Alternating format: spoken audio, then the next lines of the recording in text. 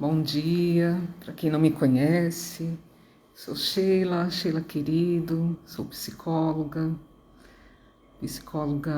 há 28 anos e consteladora já há 14 anos. Também tenho uma outra profissão, eu ofereço capacitações para pessoas que querem melhorar a sua saúde mental. Enquanto vou aquecendo aqui, né, vou contar um pouquinho do meu histórico, vou falar hoje sobre luto, a dor do luto, né? Algumas pessoas, é muito difícil lidar com luto, né? O luto é algo que às vezes parece uma doença, às vezes parece algo proibido, parece que tem tempo marcado para ter luto, né? E eu posso dizer que não. Olá, que saudade de você! Você chegou aqui, bom dia, Alba, que legal. Então, vou falar um pouquinho de mim, né? Eu sou filha de Januária Benedita de Castro, querido, filha de Wilson Dias, querido, duas pessoas que se conheceram no carnaval. E um ano depois que eles se conheceram, eles decidiram ter essa pessoa aqui. Então eu só tenho a agradecer ao meu pai e à minha mãe que disseram sim à minha vida, né? Sou de Jacareí, cidade do interior do Vale do Paraíba, do estado de São Paulo. Cresci e fiquei lá até pouco tempo. Hoje moro numa outra cidadezinha chamada Piquete, no Vale do Paraíba também. É o meu refúgio aos pés da Serra da Mantiqueira. Eu gosto muito de morar lá. Hoje não estou lá, estou em São Paulo, mas tive a oportunidade, né, de estudar psicologia. Era o meu sonho, era o que eu queria.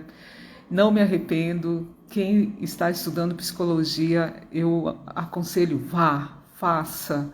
Eu lembro que as pessoas falavam assim, imagina, uma profissão de trabalho abstrato, vai trabalhar em partes exatas, né?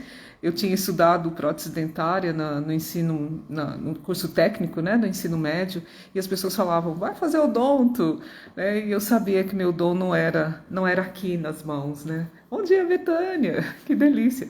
Não era aqui nas mãos, não era cuidando de algo, né, que parecia abstrato, que é das almas das pessoas, né, das essências das pessoas. Então, isso me faz muito feliz. Há 28 anos, Betânia trabalha comigo na organização onde nós promovemos promoção de saúde mental para crianças, adolescentes e adultos, que é a ASEC, Associação pela Saúde Emocional de Crianças, de Pessoas. E também é um trabalho que eu faço há 19 anos, que eu amo muito, não só isso, né, mas tem vários, né, a Betânia é gestora lá, eu trabalho na parte de RH, de cuidar das pessoas dentro da instituição. Então, várias coisas dentro da psicologia eu vim fazendo ao longo da minha vida, né? Trabalhei em hospital psiquiátrico, trabalhei em RH e trabalho ainda hoje, né, também. Promoção de saúde emocional, capacitando professores por esse Brasil afora, né? Betânia também nessa jornada, ela é de Santa Catarina, mas, né, a gente sai viajando aí por esse Brasil afora, capacitando pessoas e promovendo saúde mental. E a constelação é algo que me pegou numa esquina, uma esquina em São Paulo, através de uma amiga que também trabalha com saúde, de promoção de saúde mental, que é a Cizumi, de Curitiba. Quando ela me contou sobre constelação, eu fiquei desconfiadíssima. Falei, isso é esotérico. Mas como ela também é psicóloga, eu falei, a Cizumi não ia ficar lidando com coisas esotéricas assim, por aí.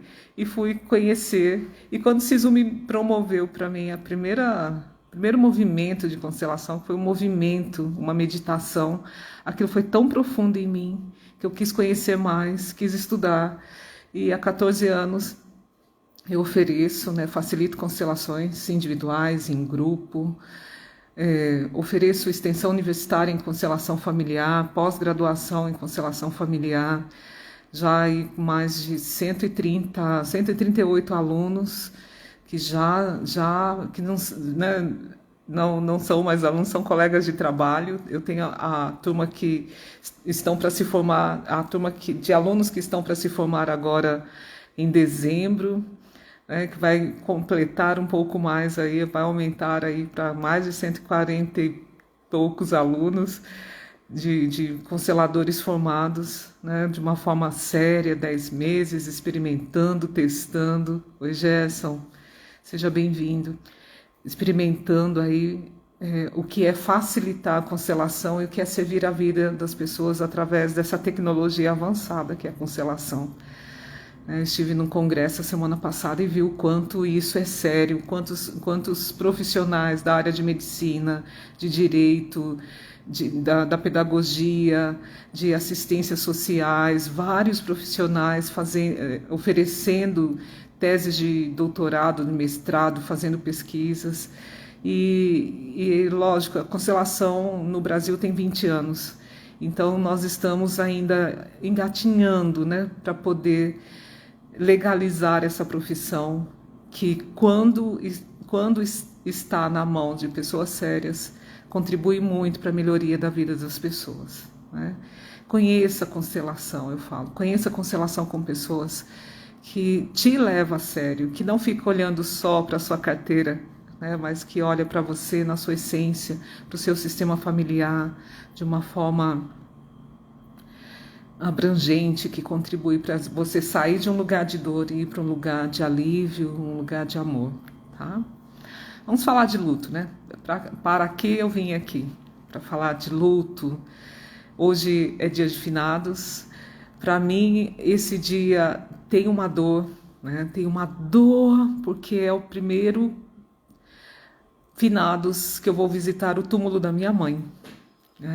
Eu já visitei, né, dia 6 agora fará 4 meses que minha mãe morreu, e o luto, né, ele é um momento de permissão para a gente poder sentir, validar e entrar em contato com... Agora eu estou lembrando que Betânia também perdeu a mãezinha dela e será a primeira vez também, né, que estaremos vivenciando esta data, né?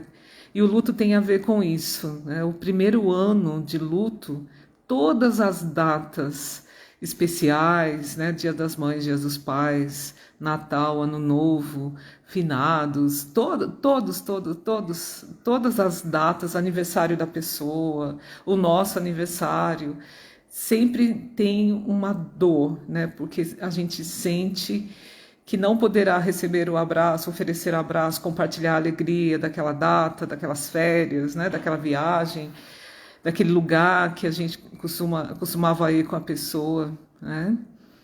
Nós teremos de passar, né, sozinha, sem aquela pessoa, né? Não sozinha, mas com a ausência daquela pessoa. Então isso traz muita dor e isso é natural, né? Isso que eu venho falar aqui, né? O luto, ele é natural. Não, ele não é uma doença, não é algo que as pessoas que podem evitar de passar por ele, né? A partir do momento que nós temos perdas, nós teremos um luto, né? Eu tenho o prazer de assistir palestras, de poder compartilhar alguns momentos com as doutoras do Laboratório de Estudo sobre a Morte, que chama LEM, né? Elas até brincam, não é a LEM, é LEM. E elas que tinha, né? A doutora Maria Júlia Kovacs se aposentou, mas tinha como a coordenadora desse assunto, e é da USP, né? Esse laboratório é da USP. Então elas falam que diante de uma dor, seja uma dor de perder alguém ou algo que a gente perde no dia a dia, por exemplo, terminar um relacionamento, perder um objeto que você gosta muito, não conseguir realizar uma viagem por algum motivo, tudo isso causa um luto, e elas falam que é um luto que parece menor do que perder alguém, mas não deixa de ser um luto, né? Eu gosto muito, elas não falam tanto mais do luto, das fases do luto da doutora Elizabeth Kubler-Ross, que descobriu que as pessoas tinham fases na época da 1980, onde as pessoas estavam descobrindo a AIDS, né? Ela percebia que quando os seus pacientes recebiam a notícia, fosse da questão de AIDS, o HIV, ou uma notícia de repente de que um filho nasceu com algum problema, que vai precisar de muitos cuidados ao longo da vida, né, que não nasceu daquele jeito que ela gostaria que nascesse, né, que os pais gostariam que nascesse ou tivessem planejado, isso traz um luto, isso traz uma dor, né? E esse luto tem fases. Eu ainda me percebo em algumas fases desse luto. Tchau, meu querido. Bom trabalho, vai com Deus. E quando a gente percebe, né? Quando a gente recebe uma notícia, a doutora Elizabeth Kubler-Ross fala sobre que a gente entra num processo de negação. Eu nego, né? Por exemplo, eu perdi meu celular. Não, mentira. Não, eu deixei ele aqui, né? É a primeira sensação que a gente tem quando alguém nos dá uma notícia ruim de algo que aconteceu. Não é verdade, é mentira, né? Ou se eu vejo, alguém me conta que eu estou sendo traída. Não, você está mentindo, imagina, essa pessoa nunca vai fazer isso comigo.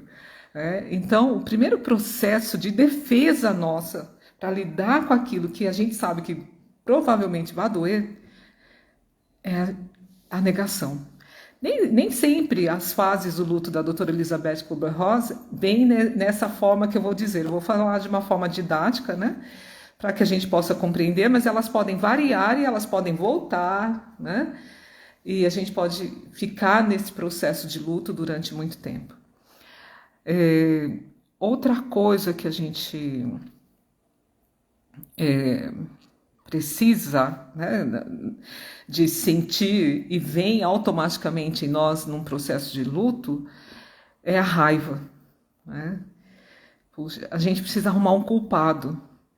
Puxa, eu sou o culpado. Por que eu não vi antes que fulano, tal pessoa que eu poderia ajudar? Por que eu não percebi antes que ela precisava ir ao médico? Por que eu não validei antes que a nossa relação não estava tão bem? Porque eu não prestei atenção? Ou a pessoa me distraiu, por isso eu perdi meu celular, né? A criança quebra o brinquedo, né? Ela chora porque ela se distraiu, ou alguém quebrou aquele brinquedo, ou o brinquedo é frágil, né? Então a gente sempre tenta arrumar um culpado, essa raiva. As pessoas que estão doentes, né, que ficam doentes, essas pessoas, elas tendem a culpar o cuidador, né? Eu lembro da fala de um presidente, né, do José de Alencar, né? Ele teve câncer e o sobrinho dele levou ele ao médico. E ele falava para o sobrinho dele: por causa de você, eu estou aqui. Tá gostando de me ver né, sofrer aqui fazendo esses exames? Porque antes de eu ir ao médico eu estava bem. Você me levou ao médico, agora eu fiquei doente, né? E os xingamentos, as culpas, né? Quem está sofrendo na pele uma doença e tem um cuidador por perto, a pessoa mais próxima que eles vão tentar compartilhar aquela dor. Eles não vão compartilhar dizendo tá doendo, né? Eles vão compartilhar levando essa raiva para fora. Lembrando que a raiva é um sentimento que vem para as extremidades do corpo, né? Vem para as mãos, uma fala, né, que precisa sair, ser jorrada para fora, né? Os pés, as crianças chutam muito, né? Então, é dessa forma. A tristeza a gente compartilha levando a tristeza para dentro de nós. A raiva não, ela precisa ser extravasada, né? E quando a gente não tem a medida e não tem a consciência do porquê dessa raiva, né, do porquê e como que eu lido com essa raiva, eu acabo afetando outras pessoas que estão próximas a mim, né? E às vezes a gente culpa o médico, você errou, né? A gente culpa, se houve um acidente, a gente culpa o outro, Então, tem uma tendência de levar a culpa para alguém. E muitas vezes para nós, né? Por que eu não fiz antes? Por que eu não cuidei disso antes? Né? E a terceira fase do luto é a fase da barganha. Eu começo a perceber, nossa, eu tô com diabetes, eu tô com colesterol alto, eu tô prestes, o médico falou que eu tenho pouco tempo de vida, ou eu vi que eu perdi mesmo meu celular, aí o que eu faço? Eu vou dar 3 pulinhos para ver se só longuinho me ajuda a achar o celular. É uma barganha. Né? Se eu percebi que o meu marido ou a minha esposa arrumou outra pessoa, eu começo a me arrumar, ficar bonita, tirar foto, postar nas redes sociais, na balada, para ver se ele olha para mim, valoriza, né? Ou eu me arrumo toda para ir no mercadinho do lado da casa dele, visitar a sogra, né? Então, tudo isso é uma barganha, né? Eu sei que eu estou com diabetes, eu começo a fazer dieta agora, né? Tiro o açúcar, começo a fazer exercício físico para ver se eu melhoro, né? Mas às vezes a gente esquece que aquilo estabeleceu, né? Aquilo está em mim, não vai mais embora, né? Uma vez que entra num pico, né, de determinadas situações, pode se livrar daquilo, né? Mas hoje a gente pode até falar de diabetes, colesterol, a gente pode, mas tem doenças que não, essa doença irá ficar, né? Eu vou precisar conviver com ela, né? Por um tempo, até ela ir embora, eu realmente vou precisar ter muita atenção. Então, é um momento que as pessoas que têm uma situação grave de saúde, elas vão barganhando, elas vão em outro médico, arrumam tentativas, tratamentos alternativos, elas gastam o dinheiro que elas têm, né? A pessoa que foi abandonada pelo cônjuge, né? Vai para o cabeleireiro, se arruma, faz coisas melhores para poder. Então é um momento de investir, né? E muitas vezes é um momento cego, onde a qualquer custo quer modificar aquilo que já aconteceu. E essa fase pode ser delicada e perigosa, né? Assim, no livro da doutora Elizabeth Kubler-Ross, ela fala que é uma fase onde as pessoas fazem aquilo que elas não poderiam até, fazem o impossível para poder conseguir algo bom. Então, é nessa fase que ninguém segura essas pessoas, né? Não adianta as pessoas falar, calma, não é assim, né? Em muitos casos as pessoas não vão ouvir e vão continuar fazendo para tentar recuperar algo, né? Até que venha a quarta fase do luto, que é um momento de muita tristeza, muita tristeza, muita tristeza, muita tristeza, que algumas pessoas chamam de depressão, que pode até levar para uma depressão medicamentosa, que precisa de cuidados médicos, né? Mas é uma tristeza natural. Por quê? Porque ela percebeu que não adianta negar, não adianta sentir raiva e tentar culpar alguém, não adianta barganhar, não adianta tentar modificar, tentar cobrar. Aquilo aconteceu, a pessoa que eu amo morreu, o meu cônjuge foi embora, meu namorado, minha namorada foi embora, a minha. Enfim, né? Não adianta mais. Aconteceu. Não adianta eu rezar para ver se a pessoa volta. Não adianta eu tentar fugir do tratamento que eu não quero fazer. Terei de fazer. Não adianta mais. Não adianta eu ficar tirando foto na balada. Não adianta eu tentar consertar o brinquedo porque ele realmente quebrou. Não adianta eu ficar bonita na balada, ele realmente não quer voltar para mim ou ela não quer voltar para mim. Então é um momento da realidade, né? Cai a ficha. E, como dizia uma professora minha, a Cláudia Cruz, não é uma ficha, cai uma tampa de bueiro na cabeça. E aí a gente para, né? O dinheiro acabou, tudo acabou, não tem mais graça nada. eu estou sozinha mesmo, a pessoa morreu mesmo, estou doente mesmo, né? E agora é hora de ir para o fundo do poço. E, por incrível que pareça, pode ser o melhor lugar. Então, nessa fase, as pessoas que estão em torno ficam tentando tirar a pessoa daquele lugar de tristeza, fica tentando amenizar ou fazer de conta que o que ela está passando vai passar, né? Vai passar.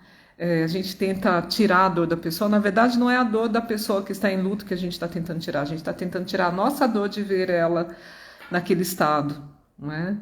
E isso é bom a gente prestar atenção. Se eu estou conversando com alguém que está enlutado, eu estou tentando tirar, contribuindo para que ela lide com a dor dela, ou a gente está querendo que a dor dela acabe logo para a nossa também acabar. E isso pode ser um desrespeito, né? A pessoa poder ficar triste, chorar muito pela qualquer tipo dessas perdas, né? E principalmente pela morte de alguém, é um lugar digno, é um lugar que ela precisa estar para ela poder dar aquele respiro e poder ir para a vida, né? E poder ir para a vida depois do jeito dela e no tempo dela. Algumas pessoas falam assim, nossa, já faz, né, como da minha mãe, já faz 4 meses e você ainda chora, você ainda fica triste. Dependendo da aproximação afetiva que as pessoas têm, essa dor pode perdurar por anos, né?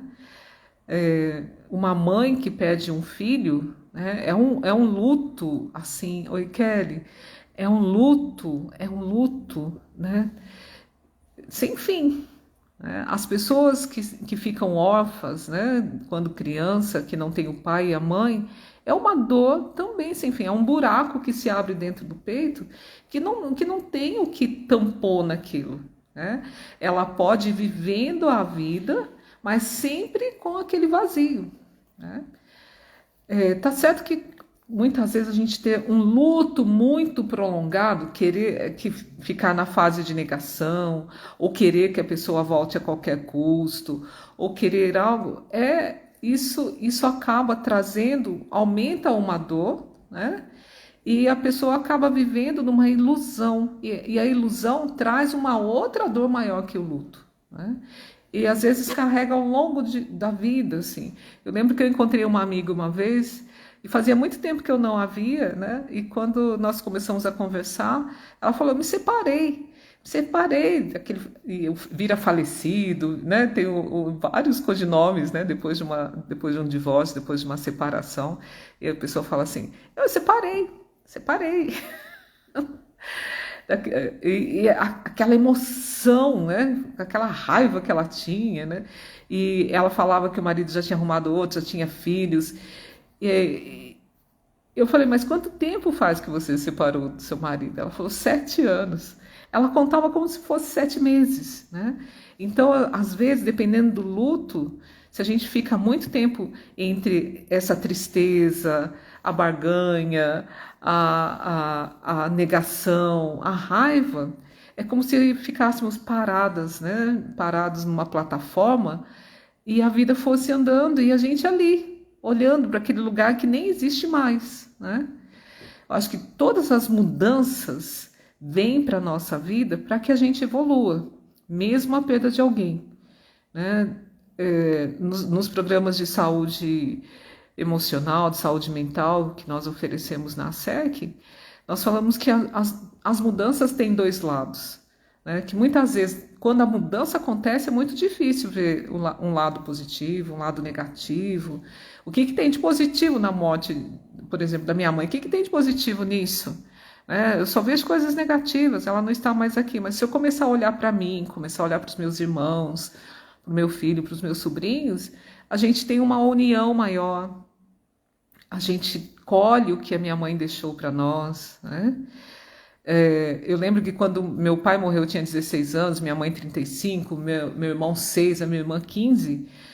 Eu lembro que o meu pai, ele era um paizão, ele cuidava, ele ia ao banco, resolvia as coisas com o gerente, quando tinha que comprar materiais para reformar a casa, ele que tinha essa iniciativa.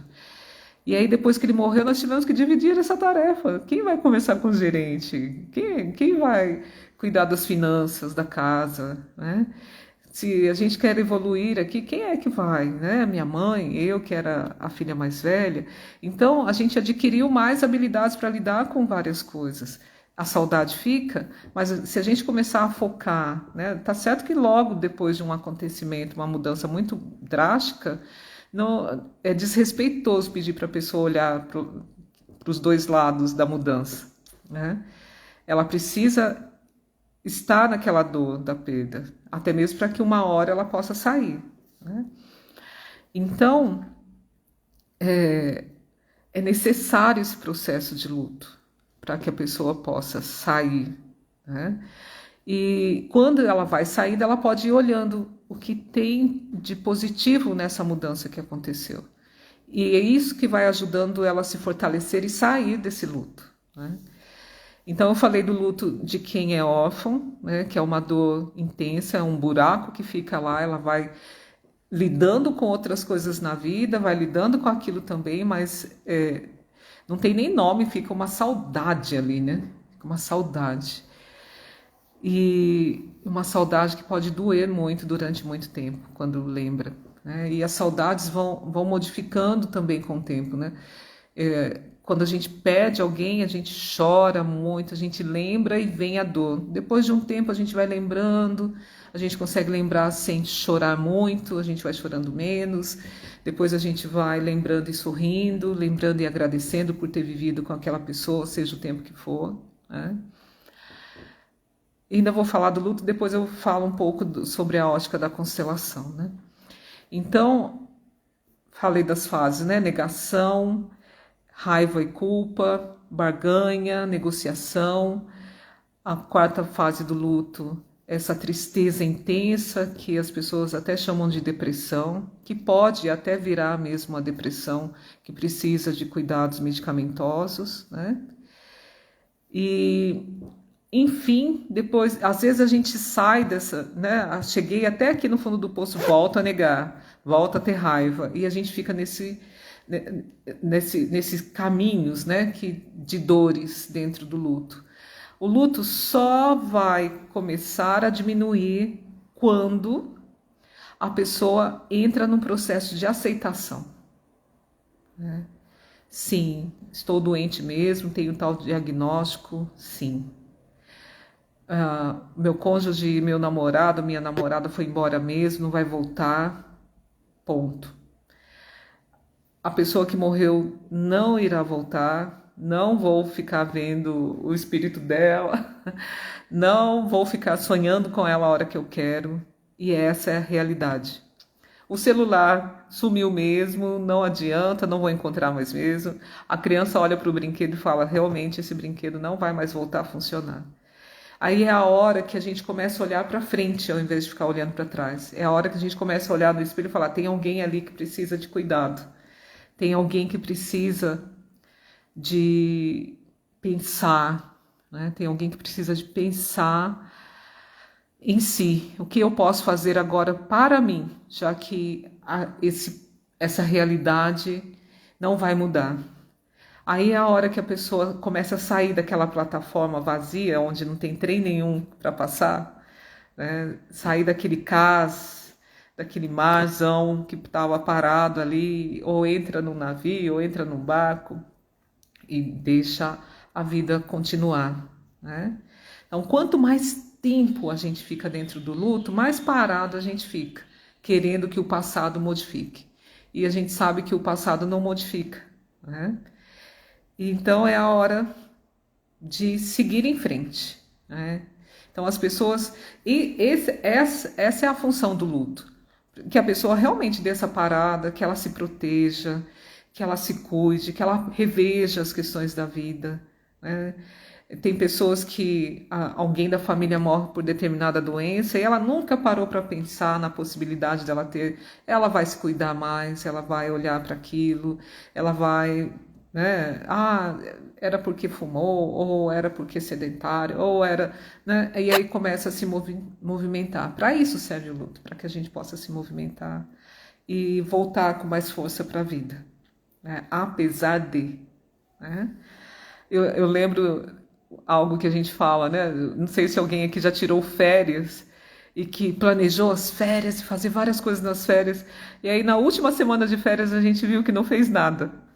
E aí a gente fala assim, meu Deus, por que eu não fiz nada? Meu Deus, meu Deus, meu Deus. E agora eu vou voltar a trabalhar. Tem pessoas que na primeira semana de trabalho passam mal, tem dor de cabeça, né? Por quê? Às vezes falam, nossa, eu precisava ainda fazer tantas coisas para mim e não fiz. Resolvi vários problemas, fiz várias coisas, na hora de cuidar de mim já estava na hora de voltar a trabalhar, né? Não sei se alguém já sentiu isso. É um sintoma de luto, né? Então, agora falando um pouco sobre a ótica da constelação, eu acho muito bonito quando Bert Helling nos ensina que para o grande amor que existe dentro do sistema familiar, que ele chama de grande alma, né? Os grandes movimentos do sistema familiar, para esse grande amor não importa o tempo que nós vivemos. A criança que não sobreviveu, não nasceu, né? Que morreu antes de nascer, as pessoas que nascem, que morrem na infância, na juventude, no início da vida adulta, têm o mesmo valor que aquela que viveu muitos anos. Às vezes a gente acredita, assim, fala, coitado da pessoa, né? Ela ainda ia fazer tantas coisas na vida. Dentro do olhar da constelação não existe nenhum coitado porque morreu cedo. Tem o valor. Às vezes, uma pessoa que viveu pouco dentro de um sistema familiar ensinou tão quanto uma pessoa que morreu velhinha. Ou ensinou algo tão necessário para aquele sistema que contribuiu para a evolução. Então, não vamos olhar para alguém que morreu cedo com piedade, né? Falar como se ele fosse menos, por ter vivido menos do que outras pessoas dentro do sistema. E vamos lembrar, né? Dentro do nosso sistema familiar tem mais pessoas mortas do que pessoas vivas. Se a gente for pensar na nossa ancestralidade, quantas gerações já se foram, né? E nós vimos nas sessões de constelação que muitas coisas que nós não conseguimos resolver, né, com os nossos antepassados ainda fica pendente mesmo depois que ele morre. E que existem formas da gente reconciliar mesmo depois com quem já morreu.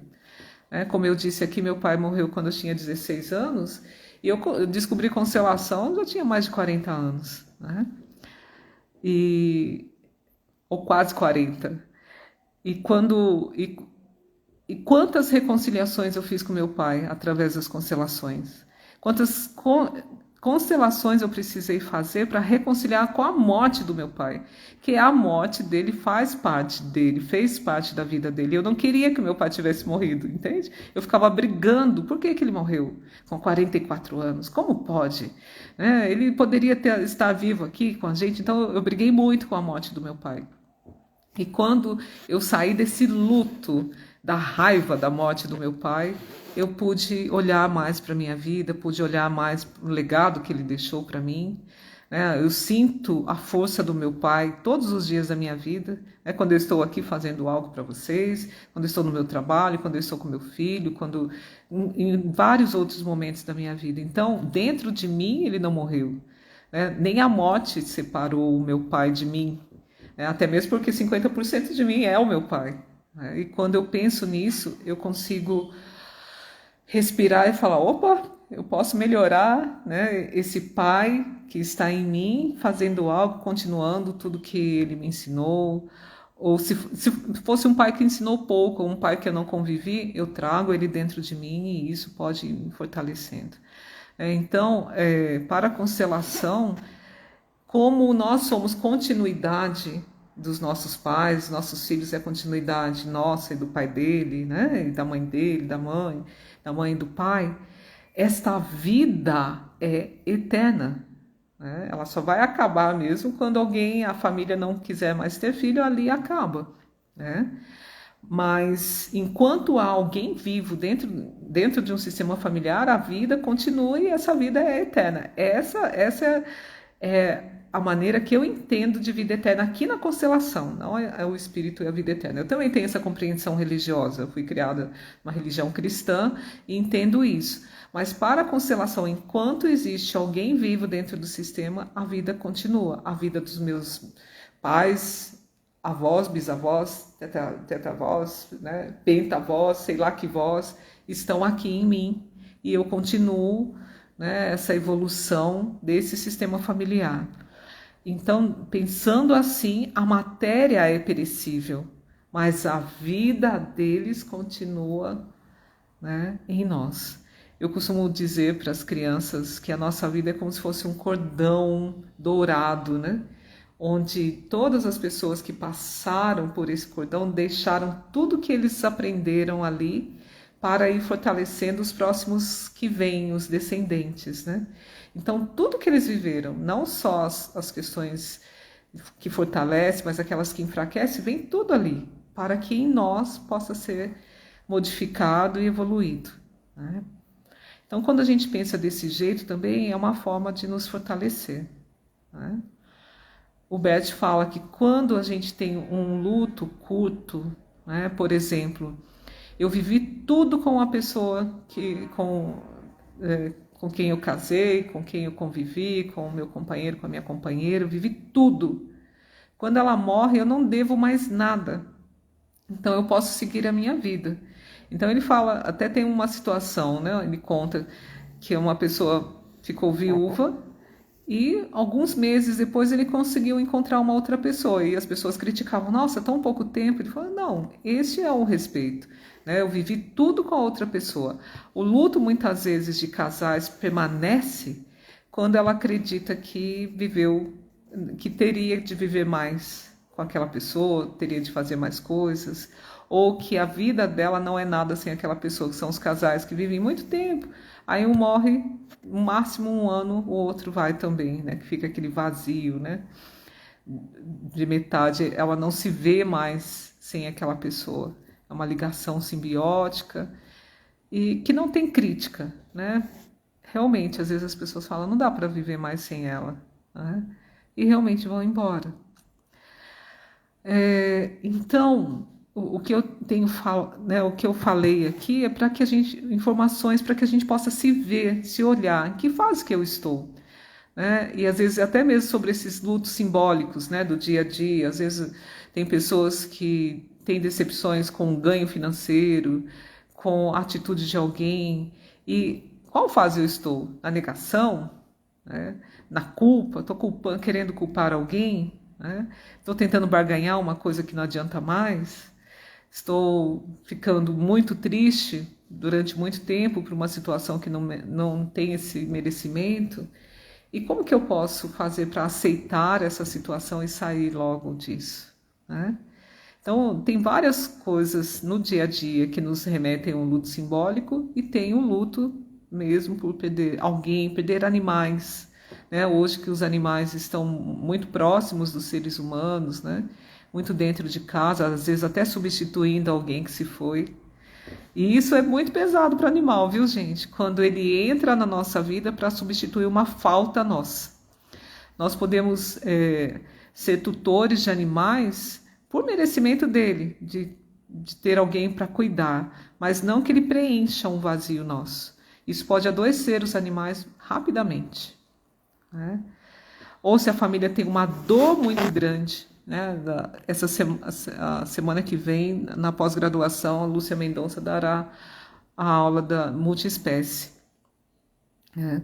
E essa aula da multiespécie fala sobre isso, as dores que os animais domésticos carregam daquela família, as doenças que os animais domésticos têm, muitas vezes porque alguma pessoa ou todas as pessoas daquela família não conseguiram concluir o luto, né?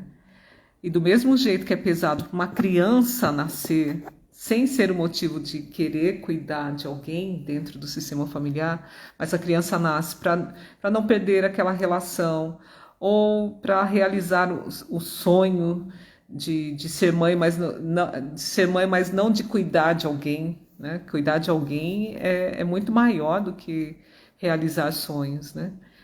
Então, crianças que nascem, às vezes, para, né, segurar a relação, e várias outras questões que não é a questão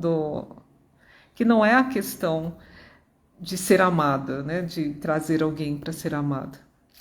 Então, precisamos cuidar disso também, né? Precisamos cuidar dos nossos lutos para não envolver terceiros, como crianças, animais, né, para poder cuidar da nossa dor. Nós precisamos aprender a cuidar da nossa dor, nós podemos fazer algo para nos sentirmos melhores. Chorar junto também, gente, é algo que, né, no luto, às vezes tem duas pessoas sofrendo dentro de casa e nenhuma fala para a outra que está com medo da outra ficar triste. Às vezes as duas estão tristes e quando choram juntas, se aliviam juntas, e isso favorece. Eu também admiro muito você, Betânia. Sheila e Patrícia, sejam bem-vindos. Não, Patrícia, está acabando aqui já. Então, poder, né, chorar junto, isso alivia as dores. Falar sobre morte com criança, né, já que eu trabalho no programa de saúde mental e muitos dos nossos trabalhos são para as crianças, às vezes a gente tem medo de contar a verdade para a criança e como contar, né? Às vezes pode se contar ludicamente, né? De que forma? Bonequinha, o que aconteceu com a bonequinha? Deita a bonequinha no chão, né? E fala o que pode ter acontecido, que ela não mexe mais. E ali explora que quando acontece a morte, quando a vida sai do corpo, acontece a morte, né? O corpo não mexe mais, não vai piscar, não vai falar, não vai sentir frio, não vai sentir calor. E por esses motivos, né, como ela não vai mais nos escutar, né? Então, por esse motivo, a gente guarda o corpo desta pessoa no lugar, para que quando a gente quiser lembrar dela, a gente pode ir lá, como símbolo, visitar aquele lugar, né? As pessoas que estão vivas e viveram conosco, né? Nós que estamos vivos podemos fazer uma homenagem para aquela pessoa que foi especial na nossa vida e que morreu, né?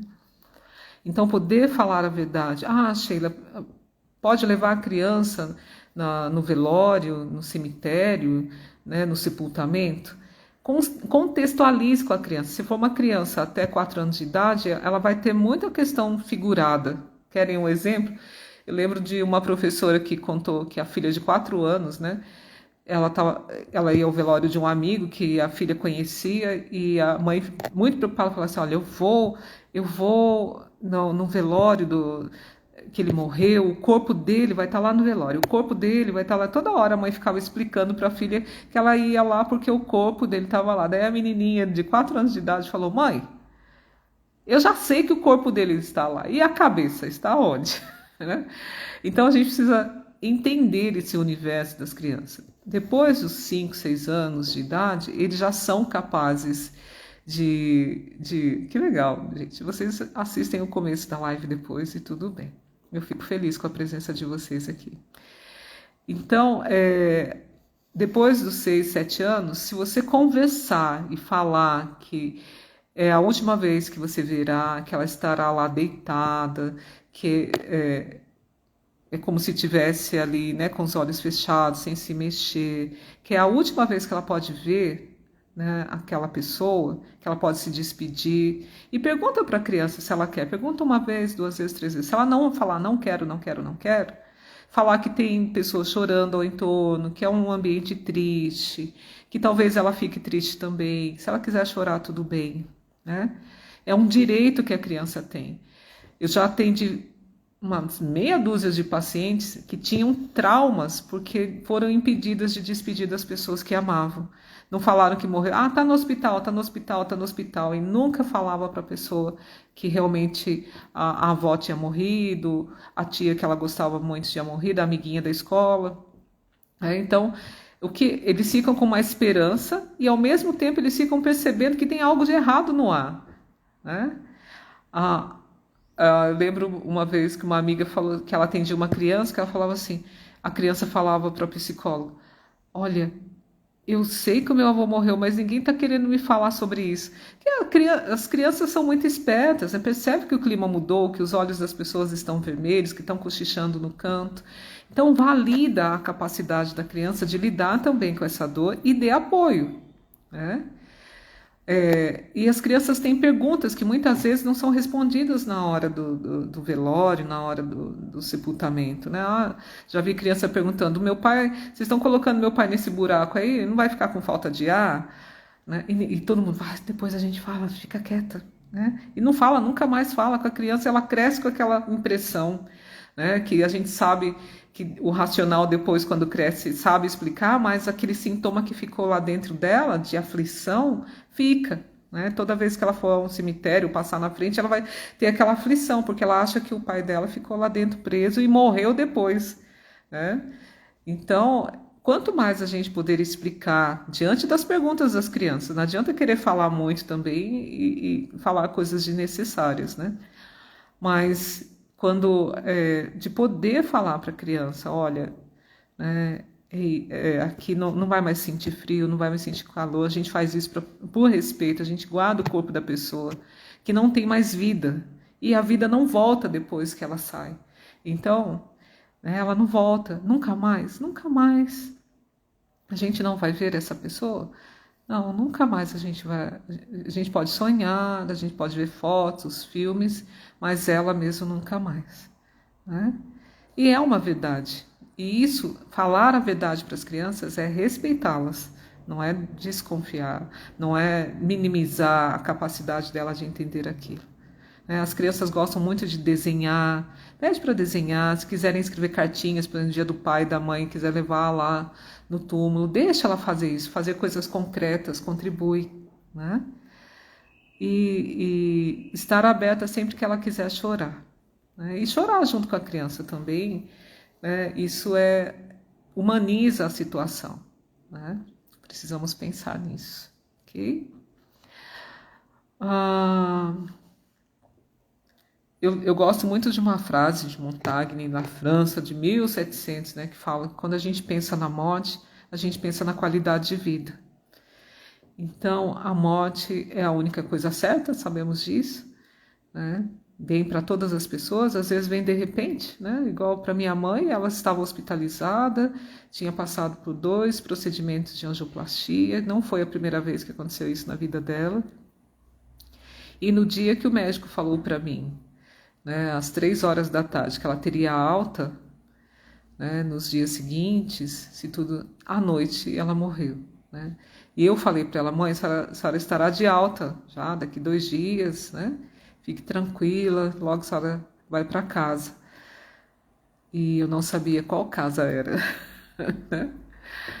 Então, eu vejo também, né, as pessoas que têm crenças se confortam mais, né, que têm as suas religiões. Não entramos em nenhum mérito religioso, eu não entro em nenhum mérito religioso quanto conciliação, quanto promoção de saúde mental, mas a gente percebe que tem coisas que acalentam, né, as crenças acalentam as pessoas, e isso é bom, né, isso ajuda a diminuir o tempo do luto também, ok? Eu acho interessante, né, esse feriado, que é o Dia dos Mortos. Né? Um dia nós estaremos comemorando essa data do outro lado. Né? Seremos nós os homenageados, todos nós, isso é uma certeza. Né? Eu lembro de uma peça de teatro que eu fui com o Fernando, não lembro o nome dele mais, e o nome da peça era Bull. Era só isso, não tinha spoiler, não tinha nada assim sobre a peça. E a primeira coisa que ele falava, ele abria o primeiro ato falando: aqui todo mundo vai morrer. Aí eu lembro que uma pessoa colocou a bolsa assim perto, né?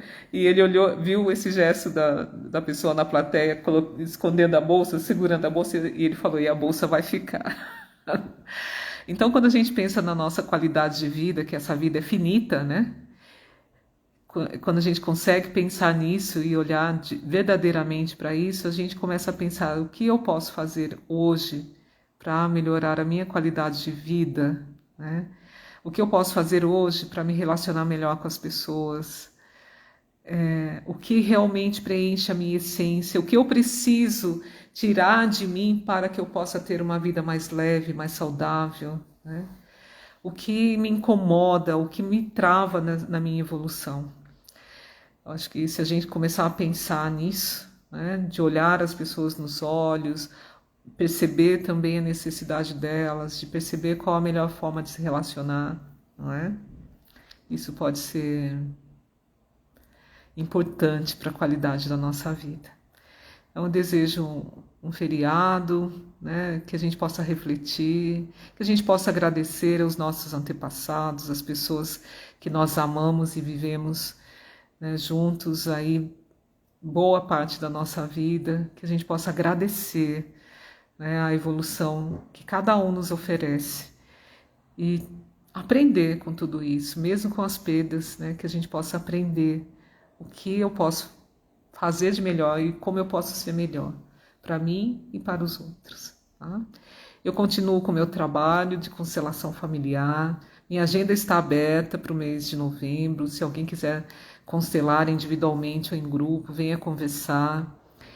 Estou planejando de estar montando, né, de já estar convidando as pessoas para fazer a matrícula para a turma de fevereiro, que eu acredito tem algumas mudanças na extensão universitária que eu estou planejando, eu acredito que vocês vão gostar. E que estou aqui de coração aberto, de portas abertas, do Instituto Sheila Queridos, para quem quiser estar numa evolução, né, melhorar um pouco mais a qualidade de vida, bater um papo, os workshops, tem vídeos no YouTube, né, fiquem muito à vontade aí e qualquer coisa me chamem no direct e a gente bate um papo.